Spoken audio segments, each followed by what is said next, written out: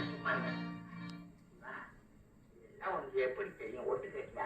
ஆமா, நான் ஓட்டு கேட்டேன், நீங்க ஓட்டு கேட்டீங்க. பாதிகளா ஜனங்களை ரெண்டா பிரிச்சு ஓட்ட வாங்கிட்டு இப்ப நீங்க ரெண்டு பேரும் ஒண்ணு சேர்த்துட்டீங்களா? இப்போ வச்சு என்ன பண்றது? இந்த புத்தி அப்பவே வேணும். ஐயா, தேர்தல்ல நிக்கிறவங்க ஒரு குறிப்பிட்ட தொகை தான் செலவு செய்யணும்னு சட்டம் இருக்கு. நீ அவ்வளவுதான் செலவு பண்ணியா? ஒன்ன தோக்கடிச்சு ஜெயிச்ச மாரப்பன் அவ்வளவுதான் செலவு பண்ணாரா? ஜெயிக்கணுங்கிற ஒரே வெறியில லட்ச லட்சமா செலவு பண்ணிட்டு சில ஆயிரம் தான் செலவு பண்ணேன்னு சட்டசபைக்கு போகும்போதே பொய் கணக்கு எழுதி வச்சுட்டு போறவனுங்க பதவி ஏத்த உடனே என்னன்னையா செய்வீங்க நீங்க? ஐயா, நீங்க தேர்தல்ல செலவு பண்ண தொகையை சொல்லட்டுமா? கனகசபை உனத்தான் 79,080 பைசா. மறப்பா 99,099 பைசா. என்னையா